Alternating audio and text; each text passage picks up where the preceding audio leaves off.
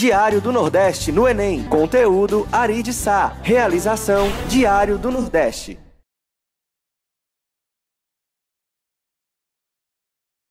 Olá, amigos internautas. Eu sou o professor Isaac do Vale. Estaremos aqui hoje discutindo algumas questões do fascículo 6 de Ciências Humanas do projeto do Diário do Nordeste em parceria com o Colégio Ari de Sá. Vamos então às questões propostas. Vamos à questão de número 6. Você vai observar que ela tem um texto e tem uma imagem. O primeiro texto se refere a uma música muito popular nos anos 60, fazendo alusões a grupos populares dos anos 60 de rock. Então, juventude, rock, anos 60, você já se reporta todo um contexto do movimento jovem, do movimento hippie, do movimento pacifista, chamado de contracultura, que emergiu na sociedade norte-americana naquele período. Vamos para o segundo texto, que na verdade é uma imagem, onde se observa uma fotografia com pessoas de uma faixa etária jovem e a frase, um cartaz, amor e não guerra. Essas duas alusões, tanto a da música como a do texto, elas vão fazer referência a esse contexto pacifista que marcava a sociedade norte-americana nos anos 60. Os americanos estão no ápice do envolvimento na chamada Guerra do Vietnã, uma guerra de motivações relacionadas à Guerra Fria, onde o exército americano vai convocar tropas, colocando principalmente jovens, em sua maioria inexperientes, para lutar em nome de barrar o comunismo. Então, essa questão vai acabar despertando fortes oposições dentro da juventude norte-americana, em um contexto muito mais amplo, de rebelião de mulheres, feminismo, negros lutando por direitos civis e etc. Então, é nesse caldeirão que emerge tanto a letra dessa música como a fotografia. Vamos então para as alternativas. Primeiramente, o comando da questão. A letra da música, assim como a imagem, contribuíram para. Então, comando, alusão à letra da música e à foto, e o comando é o que foi que esses dois fragmentos influenciaram dentro dos Estados Unidos daquele momento. Item A, incitar várias formas de protesto contra a guerra do Vietnã. Temos de cara já o gabarito, o contexto, a característica das letras, a questão da juventude, do pacifismo, vão de encontro à questão. Por que os demais estão falsos? Garantir apoio às ações americanas na Guerra do Golfo, o cartaz já invalida, e também a Guerra do Golfo, anos 90. Item C, motivar soldados americanos durante a Segunda Guerra, a mensagem da foto é pacifista, Segunda Guerra tinha ficado para trás. Item D, impulsionar grandes manifestações contra ações americanas em Cuba. Os americanos não fizeram essas ações em Cuba nesse período e o protesto não é sobre isso. Item E, gerar repulsa às ações islâmicas contra os Estados Unidos. A repulsa não é contra o islamismo, mas sim contra ações americanas no contexto da Guerra do Vietnã, portanto, o gabarito letra A de Ari de Sá. Bom, vamos lá para a questão proposta de número 10. Você tem uma charge, você tem uma imagem, onde nós temos duas aves que estão em cima de um fio e uma terceira ave, ela está de cabeça para baixo, portanto, ela tem uma visão diferente das demais. Essa charge, a gente vai agora para o comando da questão, ela faz alusão a um importante conceito das ciências sociais. Que conceito é esse? A ideia de diversidade, a ideia de você procurar perceber o olhar do outro, e não apenas o seu olhar, porque a charge diz nem todo mundo vê como você vê. Questão do ponto de vista que geralmente tem a ver com a cultura.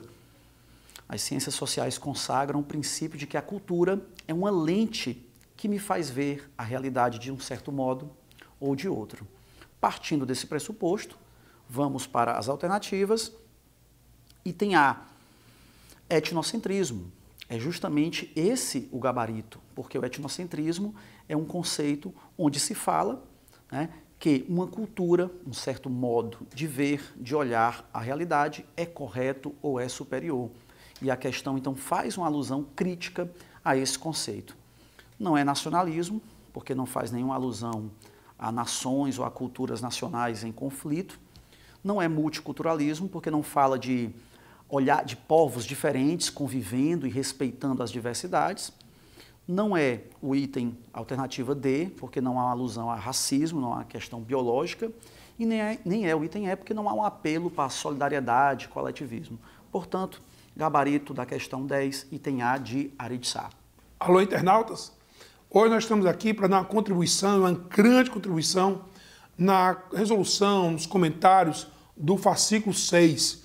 Bom, um fascículo que vem exatamente cobrando a habilidade 4, a que se refere exatamente à influência da tecnologia no mundo do trabalho, a tecnologia na vida social e no cotidiano, a tecnologia no espaço rural, espaço urbano, a tecnologia nos modos de produção, nas relações de produção. Então, as questões que vamos abordar estão exatamente dentro das habilidades da competência 4.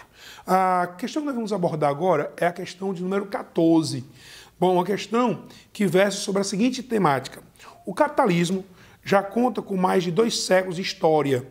Bom, e de acordo com alguns estudiosos, vive hoje um modelo pós-fordista ou toyotista desse sistema econômico. Aí vem uma figura, onde nessa figura tem lá, linha Brastemp.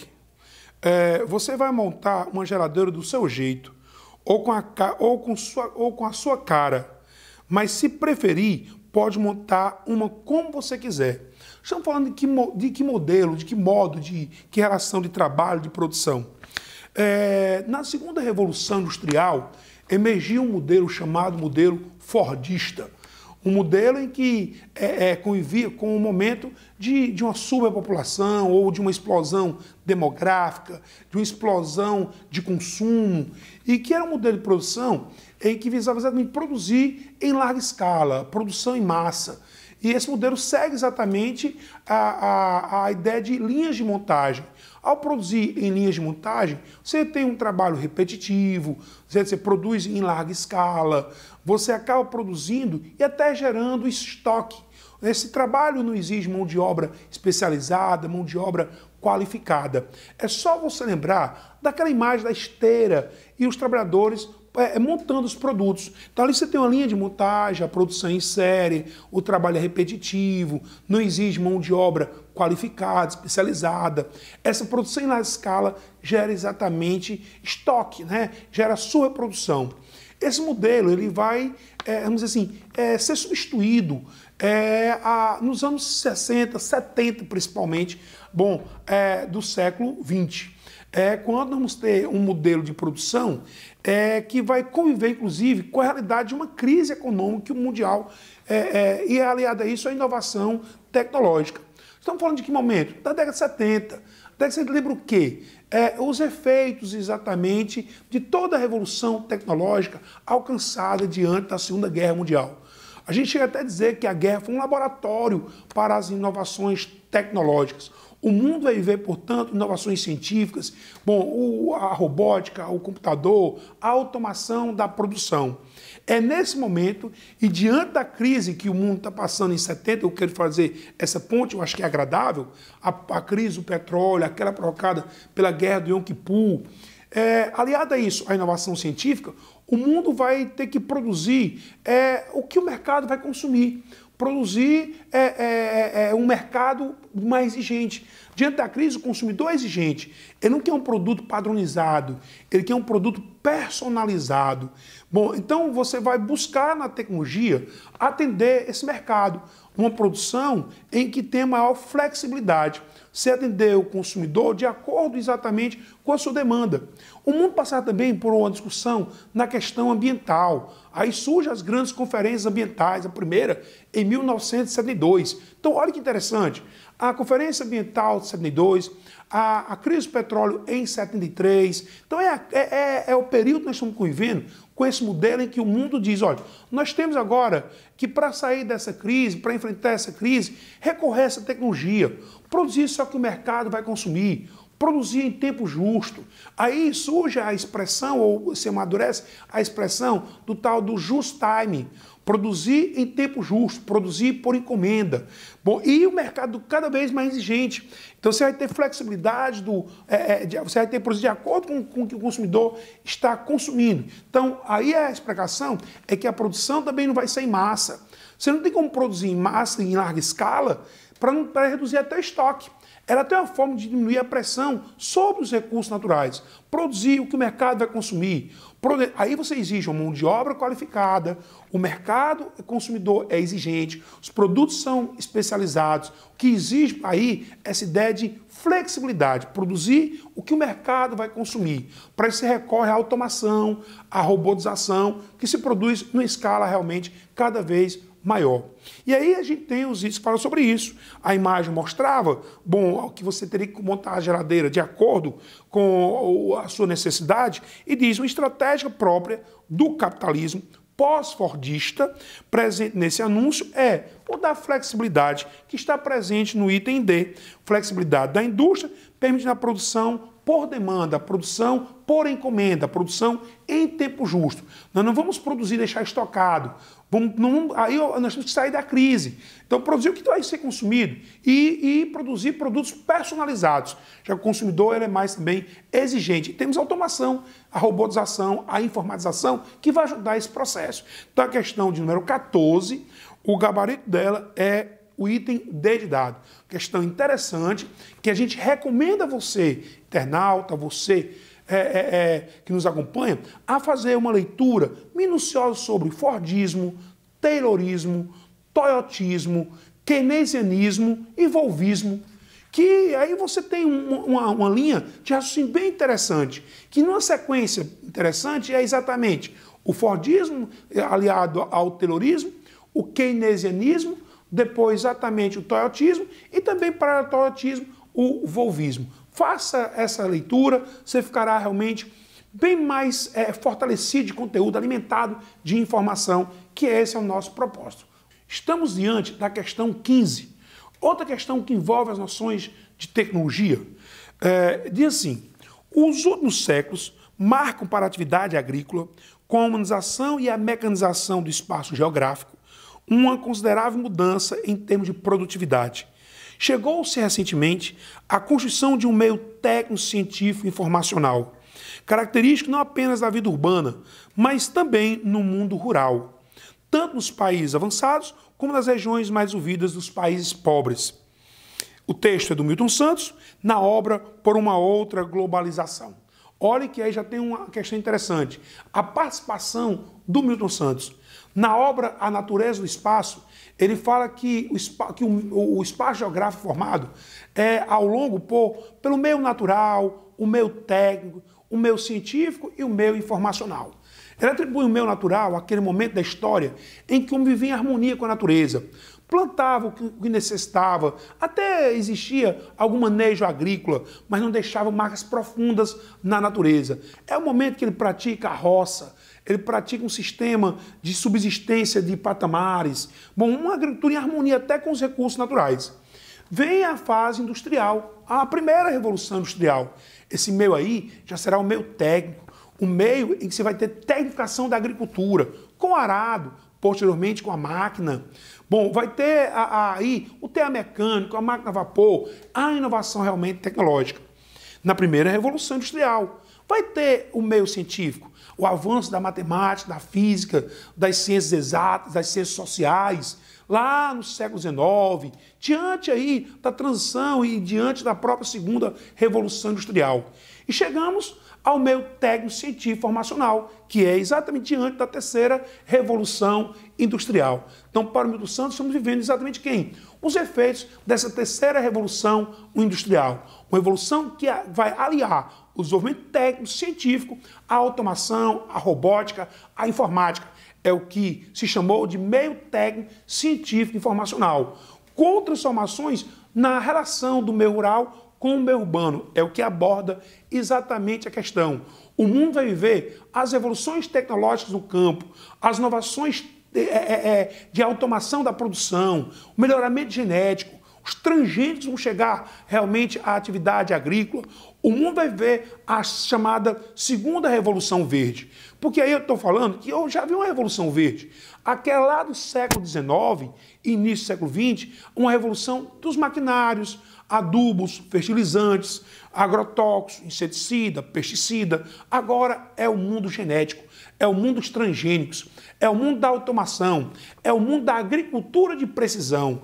Aquela agricultura que faz uso dos satélites para monitorar se vai ter uma geada, se vai ter um vento, uma chuva torrencial, um efeito natural que possa interferir na agricultura, favorecendo ou desfavorecendo a produção agrícola. É o mundo da automação do campo, as máquinas guiadas por GPS. Bom, irrigação é com sensores de luminosidade, irrigação com sensores de umidade no solo, chuvas artificiais, nucleação artificial, bombardeio de nuvens para evitar geadas, para evitar granizo, para evitar até uma estiagem, acelerando o processo de chuva. Essa tecnologia aliada ao campo. E aí a questão fala exatamente sobre isso. A modernização da agricultura está associada ao desenvolvimento científico e tecnológico do processo produtivo em diferentes países. Ao considerar as novas relações tecnológicas no campo, verifique-se que, item A, a evolução verde proporcionou tecnologias que atingem maior eficiência na produção agrícola, erradicando a fome nos países em desenvolvimento. O que não é verdade. Essa revolução verde chegou para o agronegócio, chegou para a agroindústria e não para a agricultura familiar, a agricultura de subsistência. Então, item A, falso. B, inovações tecnológicas incorporadas à agricultura proporcionou o aumento da produtividade, libertando o campo da subordinação à cidade. Houve aumento da produtividade, porque o campo está subordinado exatamente à cidade. O campo produz na escala de necessidade que a atividade industrial impõe, que a necessidade de consumo impõe. Então, é o campo subordinado exatamente à indústria, à produção das cidades. Item C, portanto, B, falso. C, produção de uma estrutura científica e tecnológica promoveu uma interação socioespacial entre o campo e a cidade. É essa interação do campo produzir em larga escala, aumentar a produtividade, atender às necessidades impostas pela atividade industrial e, para isso, recorrer às inovações tecnológicas, envolver esse momento que chamou-se de meio técnico-científico e informacional. O C está correto. O item D. Introdução de novas fontes e alternativas tecnológicas democratizou o acesso à terra, referindo a maior fixação do homem no campo. Esse avanço tecnológico não democratizou o acesso à terra. Muitas vezes até aumentou as desigualdades sociais no campo, aumentar as desigualdades de acesso à tecnologia entre o pequeno e o grande produtor, entre a agricultura de subsistência e o agronegócio, entre a agricultura familiar e a agroenergia, a agroexportação. Então o D está falso. E o item E. Tecnificação das atividades rurais acelerou a cadeia produtiva industrial, subordinando a cidade ao campo. Realmente aumentou a cadeia produtiva, mas deixou o campo mais subordinado aos interesses da indústria, aos interesses da cidade. Então é o campo subordinado da cidade. Com isso, a questão 15, que fala da habilidade vinda do programa, que é a influência da tecnologia no espaço rural, espaço urbano, ela fala exatamente sobre essa interação campo-cidade, cujo gabarito é o item C. C de casa. Diário do Nordeste no Enem. Conteúdo Ari de Sá. Realização Diário do Nordeste.